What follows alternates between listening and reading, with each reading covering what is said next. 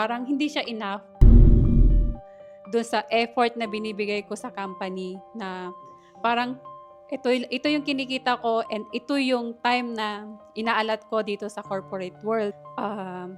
Gigising ako ng 5:30 or 5, aalis ako ng bahay ng 6:30 or 7. So, uuwi ako ng bahay 9 o'clock na or minsan 10 o'clock pa. So, that moment, parang hindi ko na nakita yung anak ko na lumaki.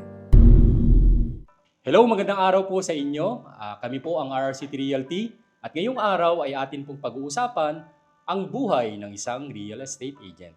At ang atin pong i-discuss na mga questions ay una, ano ba ang perceptions ng mga nagjo-join na ahente sa kanilang mga sarili?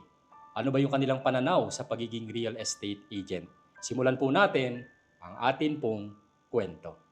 Ako sir kasi, para sa akin yung real estate for me, hindi lang siya basta career na matatawag ko na pang-employee or yung sahuran ba. Kasi parang negosyo na para siya sa akin. Plus, kasi di ba may time tsaka money lang naman tayo na resources. So para sa akin ma'am, kung magnenegosyo kasi tayo, kailangan natin ng kapital. Kailangan natin ng oras. So dito sir, kung ano yung in-effort kong oras, kung ano yung in-effort ko na pag-i-invest sa sarili ko, pagiging kasi minsan sir, parang yung, minsan pag may narinig ka na, ahente ka lang.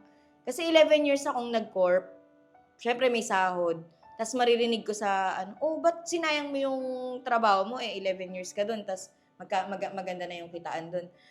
Tapos sasabihin nila, nag-agent ka na lang. Maganda ba yung kitaan doon?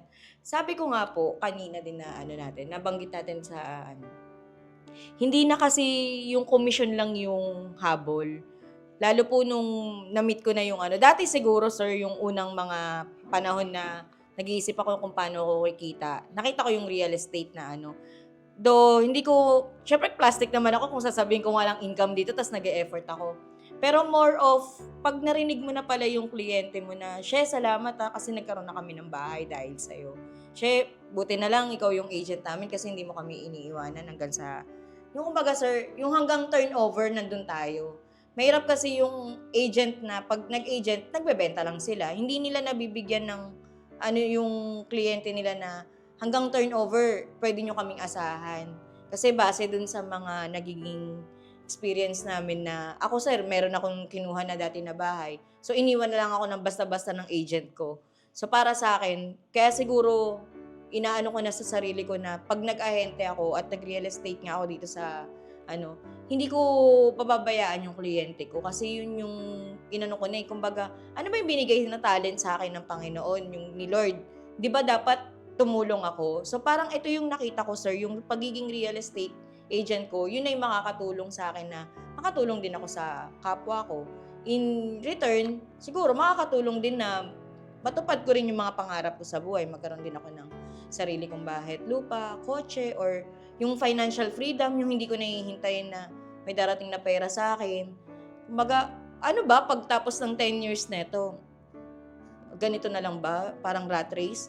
Gigising ako na maaga, papasok ako ng trabaho. Gigising ako uuwi ako, ganun lang.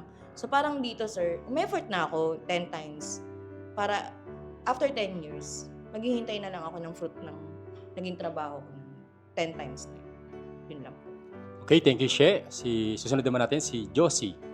Hello sir, sa akin naman ang nakikita ko ang bilang isang full-time agent, parang career siya.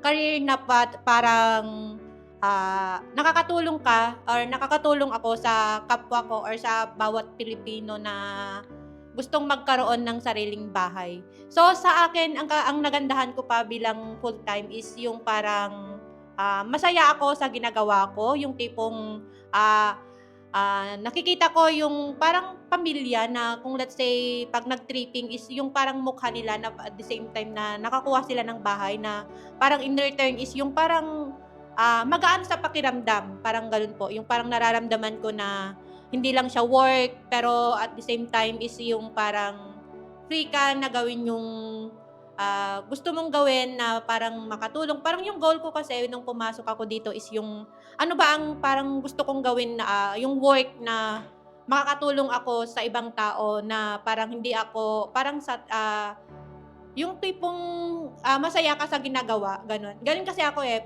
parang more on positive thinking ako kahit ano bang ang sabihin ng iba, more on good, positive yung parang iniisip ko. So, yun yung parang gusto kong gawin is yung, yun nga, yung makatulong sa ibang tao na kahit sabihin mo dito sa real estate magkakaroon ka din kasi ng commission, pero at least yun yung pinaka-ano ko na hindi yun yung parang unang naisip ko that time na magkaroon ako ng first client na na-reserve nung ayun nung naka-close ako. Hindi siya commission, hindi yung tipong, nag-reserve ito magkakaroon ako ng commission. Hindi yon kundi yung bawat saya ng or feelings parang nararamdaman ko parang mararamdaman mo din kung ano yung parang pakiramdam ng isang home buyer or homeowners na magkakaroon ng sariling bahay. Parang 'pag sinabi nilang, "Thank you ma'am at dahil sa sa'yo nagkaroon ako ng sariling bahay kasama ang aking, mga anak ko," or gano'n po. Parang may ano ako na parang masaya sa pakiramdam na nakakatulong ka na hindi mo man ine-expect yung gano'n nilang feedback, pero masaya ka. Yung parang, hindi ka napipilitan sa araw-araw na ginagawa or sa pagtulong sa ibang tao, yun lamang po. Okay, thank you. Si John Joey naman. So, sa akin po kung ano ba yung thinking ko pag sinabi yung real estate, no, before ako mag-join. Para sa akin po, business and career at the same time. Yun nga po. Sabi ko nga po sa inyo, dito sa real estate, nag-e-enjoy ako. Masaya po ako sa ginagawa ko. Masaya ako sa araw-araw na task na ginagawa ko or need ko ma-accomplish kasi parang hindi ko na-feel na nag-work ako. Hindi ko na-feel na pressured ako every time or every day na parang etong 8 to 5, eto lang yung kailangan ko. Hindi ko siya nararamdaman ng ganun, no? So, I mean, pag sinabi kasi din natin real estate, pag sinabi kasi natin real estate, business. Kaya siya business kasi ikaw nga yung may hawak ng oras mo. Ikaw rin yung parang amo mismo ng sarili mo. So, wala kang boss. Although meron po tayo mga sa mga hindi nakakalam. Although meron po kami mga broker or leader, pero I mean, yung time freedom mo, pag nasa real estate ka, kontrolado mo. And then, in terms of career naman, ayun nga po, na-enjoy ko siya, nagagawa ko yung gusto ko at the same time, kasama ko pa yung pamilya ko. So, akin, nung sinabi nila yung pag sinabing ang real estate or being real estate agent, for me is a business and career. Okay, thank you, John. Sa akin naman, ang pananaw ko is, unang-una, ang sales ang highest paid profession. At kung ang sales, kung ang money ay nasa sales, ang real estate naman ay big money. So, malaki ang pwede mong kitain sa real estate. At kailangan nating ma-realize na tayo mismo ang president or CEO ng sarili nating personal service corporation kahit po tayo ay ahente. Kumbaga, anumang larangan na tayo ay nasa sales, tayo mismo yung may negosyo niyan. Kahit may broker man tayo o kahit may head man tayo, we need to treat ourselves na tayo ang CEO ng sarili nating service corporation. Kumbaga, ang pino-point out natin dito is be the best version of yourself and be accountable and 100% take responsibility sa ginagawa mo. Kasi kung ang mentality mo ay bilang isang negosyante, meaning to say, ikaw yung magsisipag talaga, di ba? Ikaw yung pinakamaagang magtatrabaho, late ka na talagang matatapos kasi ang goal mo ay masurvive and eventually maging profitable yung sarili mong negosyo. Kaya sa akin, ganun ko siya tinitignan in a way at yun ang nakakontribute para tayo ay magtagumpay sa real estate. Sa akin, ang pagiging real estate ay isa itong business. Kasi ako, I've been in the corporate world for almost 13 years. 2 years akong naging external audit and 11 years ako na nasa private company. Ang deciding factor ko bakit ko iniwan yung career ko sa corporate world ay nung nakita ko yung opportunity dito sa real estate. Since ikaw yung nauna and nakikita ko naman yung income, parang hindi siya enough doon sa effort na binibigay ko sa company na parang ito yung kinikita ko and ito yung time na inaalat ko dito sa corporate world. gigising ako ng 5:30 or 5, aalis ako ng bahay ng tawag dito, mga 6:30 or 7. So, uuwi ako ng bahay, 9 o'clock na or minsan 10 o'clock pa.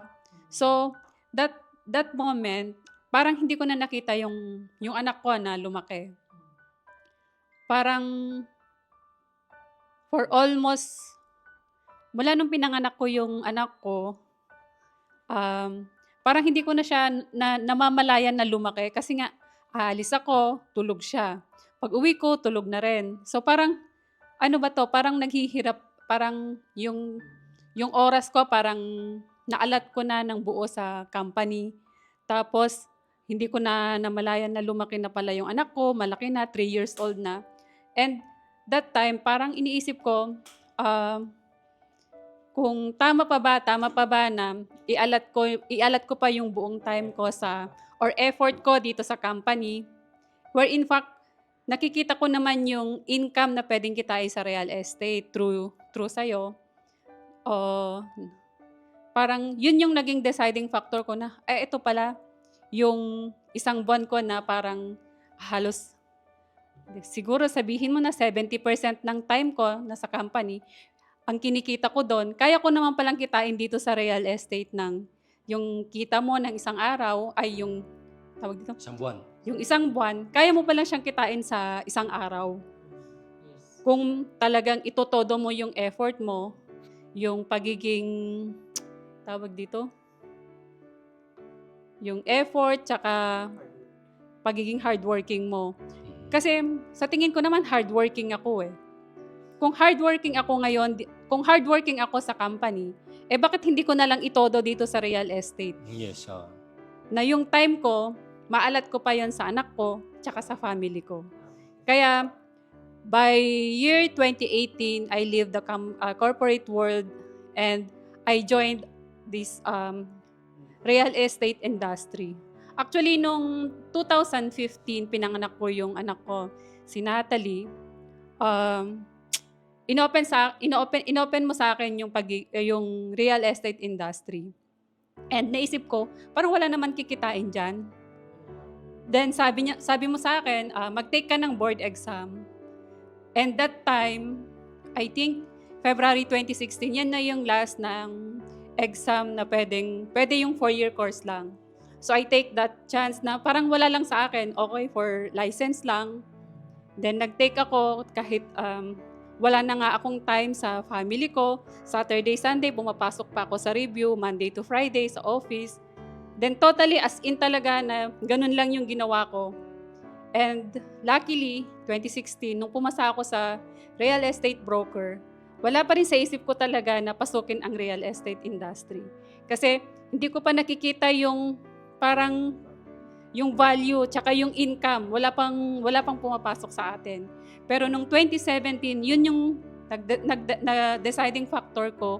Umabot ng 2018, then nung nakita ko na talaga yung bulk nung pinaghirapan mo from 2012, then 2015 na nag-full-time ka to 2018, that's the time na nag-decide ako na, ang laki pala ng potential sa real estate.